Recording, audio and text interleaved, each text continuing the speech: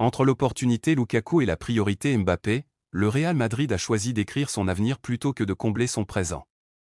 L'arrivée annoncée de Kylian Mbappé a eu un impact déterminant sur la stratégie offensive du Real Madrid, bien avant même qu'il ne foule la pelouse du Santiago Bernabéu. À l'été 2023, le club madrilène évaluait plusieurs profils pour renforcer sa ligne d'attaque à court terme, dans un contexte où l'avenir de certains éléments offensifs restait incertain. C'est à ce moment-là que le nom de Romelu Lukaku est apparu sérieusement dans les discussions internes. L'attaquant belge, alors en quête d'un nouveau défi, intéressait vivement Carlo Ancelotti, qui appréciait depuis longtemps ses qualités physiques, sa capacité à peser sur les défenses et son efficacité dans la surface. Pour l'entraîneur italien, Lukaku aurait pu représenter une solution idéale pour épauler l'effectif sur une saison et offrir une présence immédiate devant le but.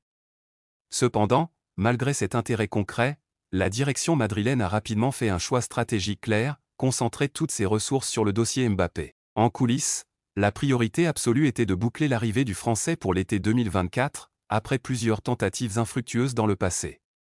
Les dirigeants ne voulaient pas effectuer une dépense importante pour un prêt ou un transfert provisoire susceptible de compromettre, même partiellement, le plan économique et sportif mis en place pour accueillir la superstar française.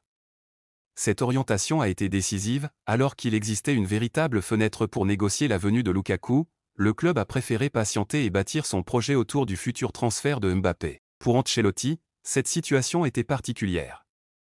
D'un côté, il savait que Lukaku pouvait apporter une réponse immédiate à certains besoins de l'équipe. De l'autre, il comprenait aussi que la venue programmée de Mbappé allait bouleverser la hiérarchie offensive et redéfinir le visage de l'attaque madrilène. L'entraîneur italien a donc dû accepter que ses préférences sportives soient mises de côté au profit d'une vision à long terme dictée par la direction. Quant à Lukaku, il s'est retrouvé dans une position d'attente qui ne s'est jamais concrétisée. L'opportunité d'un transfert au Real Madrid était bien réelle, mais elle a été bloquée par la priorité donnée à Mbappé. Finalement, le Belge a pris une autre direction dans sa carrière, tandis que le Real poursuivait avec patience son objectif majeur, faire de Mbappé le fer de lance de son projet sportif. Un an plus tard, cette stratégie a porté ses fruits, puisque le Français est officiellement devenu madrilène à l'été 2024, confirmant que toutes les décisions prises en amont avaient été structurées autour de lui.